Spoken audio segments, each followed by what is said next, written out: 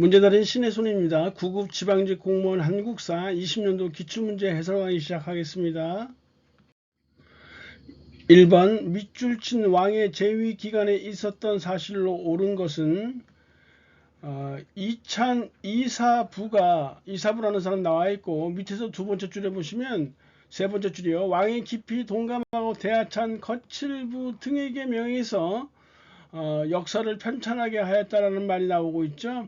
하니까 이 왕은 바로 진흥왕이라는 걸 알 수 있어요. 진흥왕 때 거칠부를 시켜서 국사라는 역사서를 편찬케 했었잖아요. 그래서 진흥왕의 재위기간에 있었던 사실로 옳은 거 답이 대본에 4번으로 이렇게 나오죠. 정전 지금은 성덕왕 때죠. 722년이고요. 국학 설치는 바로 신문왕 때잖아요. 682년이야 많이 했었고, 첨성대 건립은 확실한 연도는 알 수 없지만 선덕여왕 때요. 선덕여왕 때 계략적으로 632년에서 647년 사이에 건립되었을 것으로 추정되고 있어요. 일단 정답은 4번이네요. 2번 다음 정책을 시행한 국왕 때 있었던 사실로 옳은 거, 광덕 준풍 등의 연호를 사용했고, 개경을 황도라하고 서경을 서도라 했던 왕은요, 고려시대 때 빛나리 왕 광종이에요. 광종은 노비 안건법을 시행해서 억울하게 노비가 된 자들을 해방시켜 준다라는 명분 하에 호족 세력들을 억누르려고 했었어요. 이번에 전시과 제도를 시행했던 임금은 경종이에요. 경종 때 전시과 제도를 처음으로 시행하게 되는데, 이때의 전시과를 우리는 시정전시과라고 이렇게 얘기를 했었고요. 3번, 4번 개경에 국자감을 설립했고 12목을 설치했으며 지방관을 파견한 임금은 고려의 성종에 해당하는 내용이니까 1번이 답이 되어야 되겠네요. 3번 다음과 같은 활동을 펼친 인물에 대한 설명으로 옳은 거 쭉 보시면 유교 구신론이라는 게 딱 눈에 들어오시죠? 박은식에 대한 설명이에요. 1번에 적극적인 의열 활동을 하기 위해서 한인 애국단을 조직했던 사람은 바로 김구저 1931년에 애국단을 조직했어요. 2번에 한국 통사라는 역사서 저술이 박은식의 역사서고요. 그 외에도 한국 독립운동 지열사라는 역사서도 있어요. 3번에 실증사학의 입장에서 연구하는 진단학회를 조직했던 인물은 1934년도에 이병도와 손진태가 있다라는 거, 이병도 손진태의 진단학회 1934년이고요. 4번에 조선혁명선언을 작성했던 인물은 신채호예요. 그래서 2번이 답이 돼야 되겠네요. 4번에 가 단체로 옳은 거, 어떤 단체의 발기 취지문인데요. 두 번째 줄에 보시면 여성 문제 나와 있고 조선의 여성운동, 이렇게 밑에서 세 번째 줄에 조선 자매 전체 역량을 공고히 단결해서 운동을 전개해 나간다 했으니까 여성 단체에 해당되는 내용이라고 보시면 돼요. 27년으로 돼 있으니까 1927년에 조직되었던 신간회의 자매단체인 근우회의 발기 취지문이 되겠네요. 5번에 다음 걸 설명하고 있는 문화유산, 성종의 형인 월산대군의 집이 있던 곳, 선조가 임진왜란 때 임시거처로 사용하면서 정릉동 행궁이라고 불리웠고, 광해군 때는 경운궁이라고 불리워지던 곳인데 아간 파천 후 고종이 이곳에 머물렀다. 그래서 1907년 이후부터는 고종이 오랫동안 장수하라고 해서 덕수궁이라고 이름을 바꾸게 돼요. 중화전, 함령전, 석조전이 유명하죠. 덕수궁, 석조전은 르네상스식 양식이라고 했었고요. 제1차 미소공동위원회가 열렸던 곳이란 말이에요. 그래서 4번이 정답이에요. 6번 밑줄 친 이 나라에서 볼 수 있는 모습. 이 나라는 대군항이 없어요. 군항이 없기 때문에 그 군장, 읍군이나 삼노라고 하는 군장들이 각 지역을 맡아서 통치했던 것인데 이러한 초기 국가는 옥조와 동해에 해당되는 내용이에요. 일본의 민며느리 제도가 옥조의 혼인 풍습이기 때문에 1번이 해당되겠고요.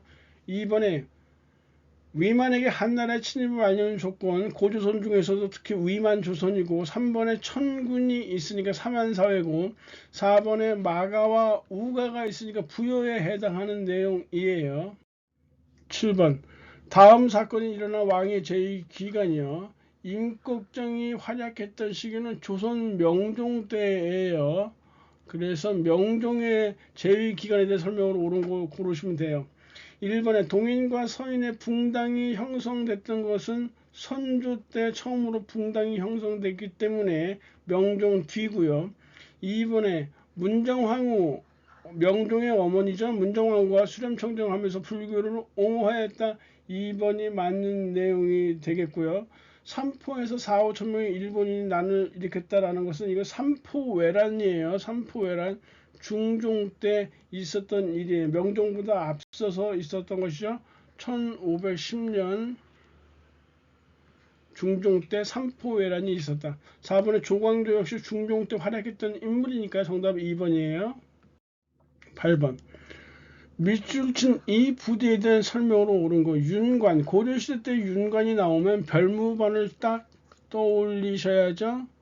여진족을 정벌하기 위해서 몇 차례 토벌에 나섰지만 그때마다 위에서 네 번째 줄에 적은 기병인데 우리는 보병이라 대적할 수 없었다. 그래서 기병을 추가하게 됐던 것이에요. 그래서 별무반은 신기군과 신보군 그리고 항마군으로 이렇게 구성된 특수부대였어요. 총 17만 명 정도의 군사로 구성되었다고 했으니까 군사력이 만만치 않죠. 1번에 정종 2년에 설치되었던 것은 광군이라는 특수부대예요. 거란 침입에 대비하기 위해서였고요. 2번에 귀주대첩은 강감찬의 활약이고요. 윤관은 바로 여진족에 대처하기 위해서 이렇게 별무반을 편성했던 것이에요. 4번에 응양군, 용호군은 이군이라고 하고 신호위, 간문이 같은 6개의 위로 구성되어 있는 거 이걸 육위라고 해요. 2군과 6위가 고려의 바로 중앙군이 되겠어요.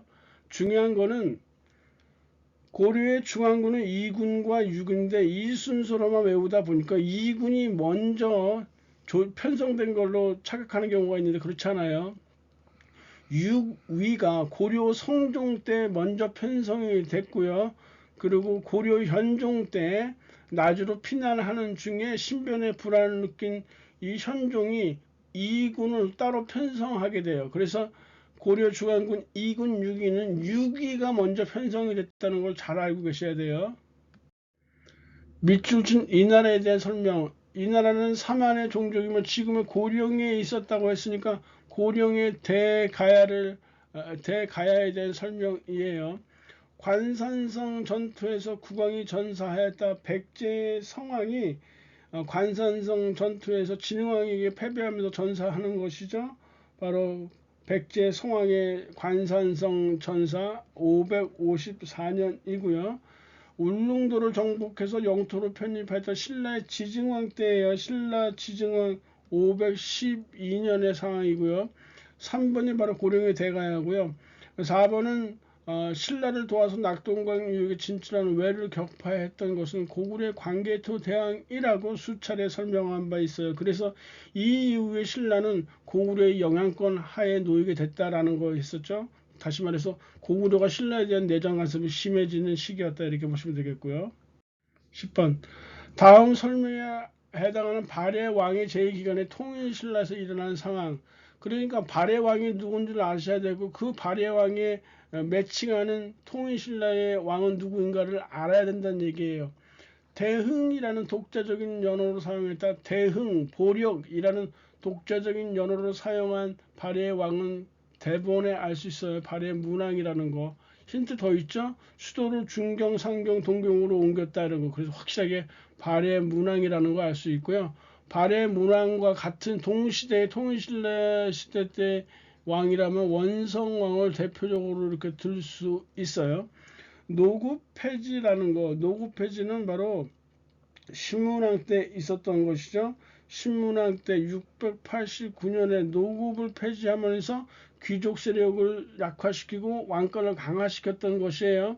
청해진 설치라는 것은 흥덕왕 때 일이에요. 흥덕왕 828년에 장보고의 건의로 완도에 청해진을 설치하게 됐던 것이고, 3대목 향가집 3대목을 편찬했던 것은 진성여왕 때 각간 위홍과 대구 화상을 시켜서 향가집인 3대목을 편찬케 하는데 888년이에요.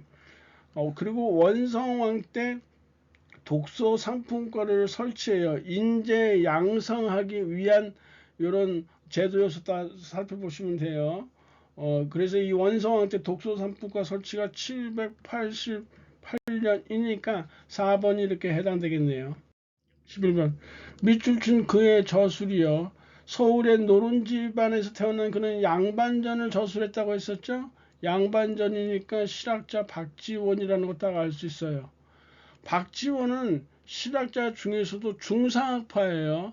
하지만 중상학파이면서도 토지개혁론에 관심이 많아서 그가 제시한 토지개혁론을 한전론이라고 했죠. 이 토지개혁론을 주장한 인물이 중농실학파 이익도 있었다고 했었어요. 하지만 이익의 한전론과 박지원의 한전론은 다르죠. 이익의 한전론은 하한선, 토지 소유 하한선을 규정해 놓은 것이고요. 박지원의 한전론은 토지 소유의 상한선, 다시 말해서 이 이상은 소유하지 못한다라는 상한선을 규정한 한전론이라는 사실을 반드시 알고 계셔야 돼요. 1번의 북하기는 박제가고요. 2번의 관홍서초가 바로 박지원의 농서예요. 농법서라는 얘기예요. 그 다음에 3번의 의산문답 임하경류는 실학자 홍대용의 저서고, 지복유서는 이수광의 저서예요. 그래서 2번이 답이 돼야 되겠죠. 12번 가식이 있었던 일로 옳은 거, 이종무의 대마도 정벌은 세종대왕 때 있었던 것이잖아요. 1419년이요. 뭐 정확한 연도는 몰라도 일단 세종이라는 거 알고요. 전분육등법과 연분구등법, 즉 공법에 해당되는 것인데, 이 공법 시행이 1444년인데 역시 연도 몰라도 세종 때라는 걸 알고 있으니까 가시기는 바로 세종대왕 통치 시기에 있었던 일을 잡으시면 되는 것이에요. 과전법 공포는 고려의 마지막 임금인 공양왕 때 1391년에 공포됐는데, 고려 시대 때 공포됐지만 실질적으로는 조선 시대 때 토지 개혁이라고 보시면 되고요. 이 시의 반란은 세조 대왕 때, 세조 때 발생한 일이에요. 1467년. 역시 연대는 몰라도 왕만 알면 문제 풀 수 있고요. 농사 직설의 편찬이 세종대왕 때죠. 정도전의 요동정벌 추진은 바로 태조 이성계 때 있었던 일이니까 3번이 답이 되는 것이에요. 13번 가식에 있었던 일로 옳은 거, 강화도 조약 체결은 1876년이죠. 청해 영선사를 파견했던 것은 1881년이에요. 그러니까 요 사이에 있었던 일을 잡으시면 되는 거고요. 군국기무처는요, 제1차 가부개혁의 개혁 추진 기구예요. 그래서 1894년 이렇게 보시면 되고, 2번에 개화 정책을 추진할 기구로 통리기무화문을 민시정권에 설치하였는데 이게 1880년이니까 2번이 답이 돼야 되겠네요. 3번에 국정개혁의 기본 방향을 담은 홍범 14조로 공포했다 했는데, 이 홍범 14조가요 제2차 가보개혁 때 있었던 일이니까 역시 1894년이고요. 얘는 일본의 군국기문처는 제1차 가보개혁, 그리고 홍범 14조는 제2차 가보개혁 때 있었단 말이에요. 4번에 9번 신참의 개혁 원칙을 정하고 대한국 국제를 선포한 것은 대한제국제니까 1899년에 있었던 것이에요.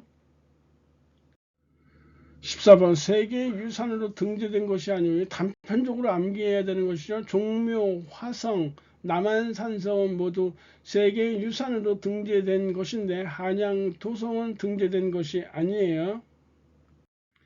15번 다음 같은 주제로 토론회를 개최한 단체가 굉장히 드물어요. 그 연도를 보세요. 1897년이죠. 1897년 이때고, 그리고 신문지라는 말들이 이렇게 나오고 있죠. 그래서 이 독립협회에 해당하는 내용이에요.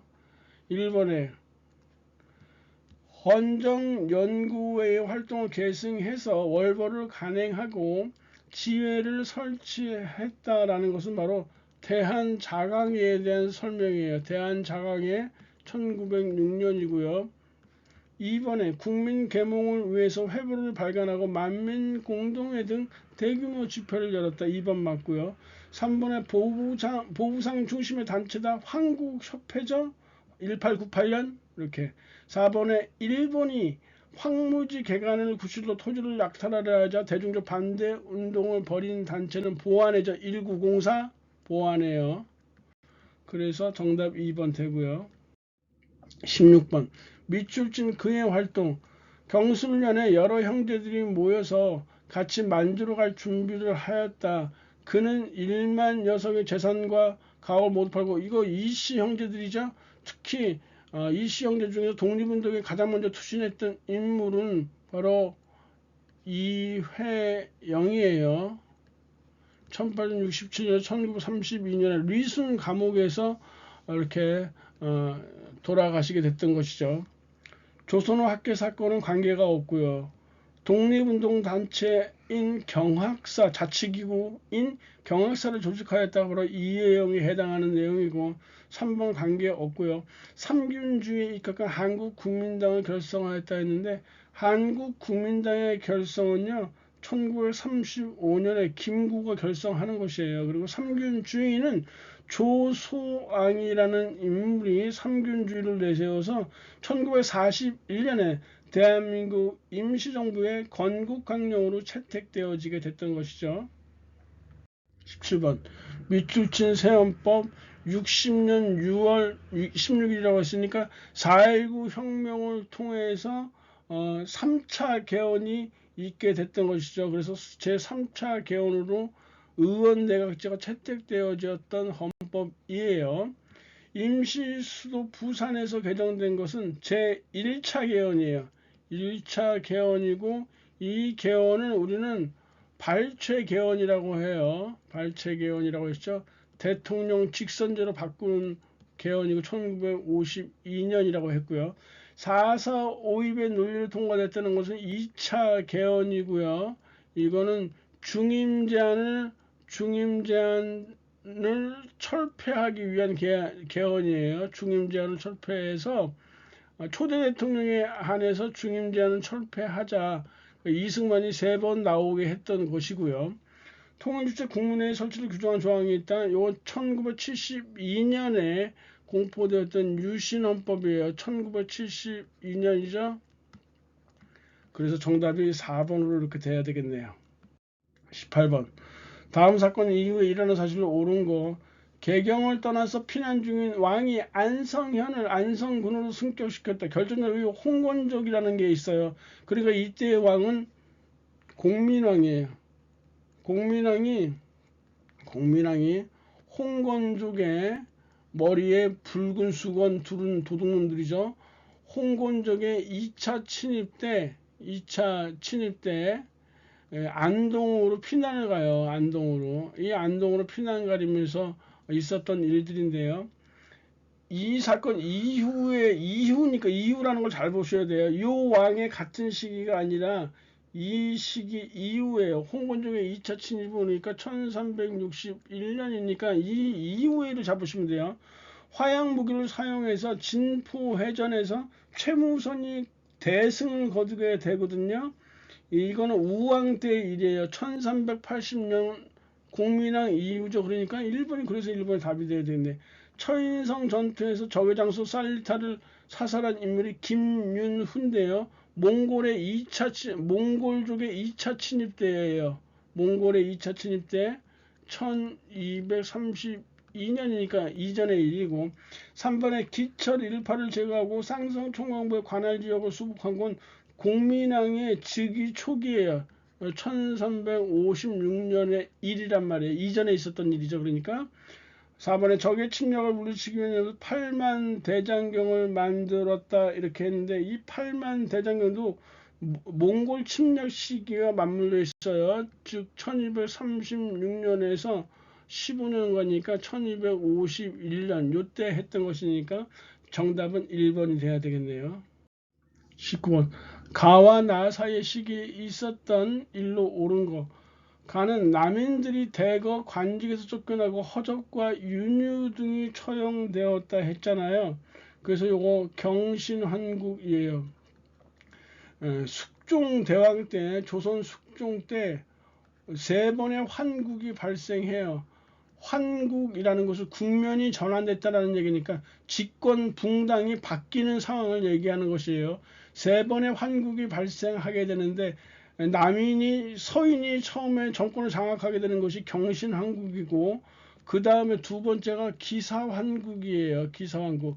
그리고 세 번째가 갑술환국인데요. 지금 나와 있는 문제는 가의 경신환국과 나의 갑술환국이 있으니까 중간에 있던 기사환국에 대한 내용을 잡으시면 돼요. 경신환국에서 경신환국과 갑술환국에서는 서인이 승리하게 되는 것이에요. 쉽게 말하면. 그리고 기사환국에서는 남인이 집권하게 되는 시기다 이렇게 보시면 돼요. 경신환국은 남인의 영수라고 할 수 있는 이 허적이요, 임금만 사용할 수 있는 기름 먹인 천막 유학을 자기 마음대로 자기 아버지 잔치 때 갖다가 사용을 하거든요. 이걸 숙종이 뒤늦게 알고 대노하게 되죠. 거기에다가 허적의 서자인 허견이라는 개망난이 같은 서자가 있었는데, 이 허견이 또 영모선에 연루되면서 남인이 완전히 축출되어지고 서인이 정권을 장악하게 됐던 것이에요. 그 다음에 두 번째는 기사환국인데, 이때는 남인이 축출되어지고 서인이 축출되어지고 남인이 정권을 장악하게 되는데, 숙종대왕이 십인장시를 워낙 총애하다 보니까 십인장시의 소생을 원자로 책봉하고자 했어요. 하지만 서인의 영수인 송시열이 극렬 반대하게 되고요. 그로 인해서 서인이 축출되어지고 송시열은 사사당해요. 인현왕후도 폐위되어졌던 것이죠. 그러면서 남인이 집권하게 되는 것이 기사환국이다. 그 다음에 갑술환국은요, 이제 숙종이 장희빈이 너무 질려요. 그리고 인현왕후에 대한 그리움이 좀 생겨나면서 인현왕후를 포기하려고 하다 보니까, 이때는 또 남인이 엄청 반발했겠죠. 그래서 남인이 축출되어지고 서인이 다시 집권하게 되는 것이에요. 그래서 이거 순서를, 환국 순서는요, 경신환국, 기사환국, 갑술환국 이 순서로 외워두고, 항상 서인이 먼저 집권하는 거예요. 서인 이겨, 그 다음에 퐁당퐁당이에요. 남인, 서인 이런 식으로 외워두시고요. 이 경신환국, 기사환국, 갑술환국이 일어나게 된 계기 그리고 결과도 잘 살펴주셔야 돼요. 송시열과 김수항 등이 처형당했다. 서인이 축출되어졌다. 송시는 사사받아서 죽게 된다고 했죠. 그러니까 1번이 바로 기사환국에 해당하는 내용이에요. 2번에 서인과 남인이 두 차례에 걸쳐 예송을 전개하였다 했는데요. 이 환국이 발생하기 전 왕인 현종 임금이 있었을 때예요. 현종 때예요. 현종 때 두 차례의 예송 논쟁이 발생하게 되는데요. 예송 논쟁이라는 것은요, 말 그대로 예법에 관한 논쟁이에요. 그래서 제1차 예송 논쟁을 우리가 기해예송이라고 해요. 기해예송이라고 하고, 제2차 예송 논쟁을 갑인예송이라고 하는 것이에요. 자, 환국을 경기갑이라고 외웠죠. 그 전에 있었던 예송 논쟁도 기갑이에요. 기해예송, 갑인예송. 그래서 이렇게 외워두시면 좋고요. 이 기의 예송은요, 현종의 아버지인 효종이 승하하게 되자 이 효종의 계모, 그러니까 일단 대비예요. 자의 대비가 상복을 몇 년을 입어야 되느냐를 놓고서 서인과 남인이 대립하는 거예요. 정신 못 차린 놈들이죠. 서인과 남인이 대립하게 돼요. 두 차례 그 외란과 호란이라는 엄청난 전쟁을 겪은 후에 이 백성들은 정말 굶어 죽거나 전염병으로 죽는데 이 정치한다는 놈들, 위정자 놈들이 이게 이런 3년을 입든 1년을 입든 그게 뭐 중요하다고 그거 갖고 싸우게 되는 것이에요. 그 효종이 이렇게 죽게 되자 자의 대비, 조 대비의 복상 문제를 놓고 싸우게 되는데 서인은요, 송시열과 송준길 등이 천하 동례를 내세우게 돼요. 효종이 둘째 아들이잖아요. 차자란 말이에요. 그래서 천하 동례, 둘째 맏아들이 아니니까 1년만 입으면 된다라는 것이고요. 이 남인의 주장은요, 왕자의 부동사서예요. 왕실의 예법은 일반 평민들과 다르다 하니까 3년을 입어야 된다라는 것이에요. 여기서 우리 한국에서처럼 처음에는 서인의 주장이 이렇게 받아들여져요. 하지만 2차 예송인 가빈 예송은요, 이번에는 효종의 비가 죽게 돼요. 효종의 비가 이렇게 죽게 되니까 이때도 자의 대비의 복상 문제인데 서인에서는 9개월을 내세우고요. 남인에서는 1년을 내세우게 돼요. 이때 남인의 주장이 받아들여지면서 집권도 함께 하는 거, 주장이 받아들여지면 곧바로 집권을 하게 되는 것이에요. 그리고 결론적으로 왕이 죽었을 때도 대비가 1년 상복을 입어, 왕비가 죽었을 때도 1년 상복을 입어, 그냥 말 그대로 어불성설이 되어버렸던 것이에요. 여하튼 서인과 남인이 두 차례 걸쳐서 예송을 전개했다. 기의 예송, 가빈 예송 알아두시고요. 서인 정치 한계를 느낀 정여립이 모반을 일으켰다 이렇게 나오고 있는데 정여립의 모반은 일으켜서 이 동인이었던 정여립이 모반을 일으킴으로 인해서 동인이 실각하게 되고 서인이 정권을 잡게 되는 것이에요. 4번의 청의 요구에 따라 조총부대를 영고탑으로 파견하였다. 두 차례 나선 정벌이 효종 때 있었다라는 얘기예요. 그래서 일단 정답은 1번으로 나오게 되는 것이죠. 20번. 다음의 사건을 시기순으로 바르게 나열하면 제헌국회가 구성되어서 헌법을 제정하였다. 48년 7월 17일이죠. 이렇게 좌우합작위원회를 조직하였다. 46년 7월이고요. 그리고 좌우합작위원회를 조직해서 좌우합작 7원칙을 발표한 것이 46년 10월이에요. 같이 묶어서 외워두시고요. 조선건국준비위원회가 조직되었다. 45년 해방되자마자 오니까 8월 15일이고 제1차 미소공동위원회가 열렸다 했으니까 46년도 3월의 상황이에요. 그래서 정답이 달아나가 3번이 정답이 돼야 되겠네요. 강의진하고 고생하셨고요. 다음 시간에 뵙겠습니다. 감사합니다.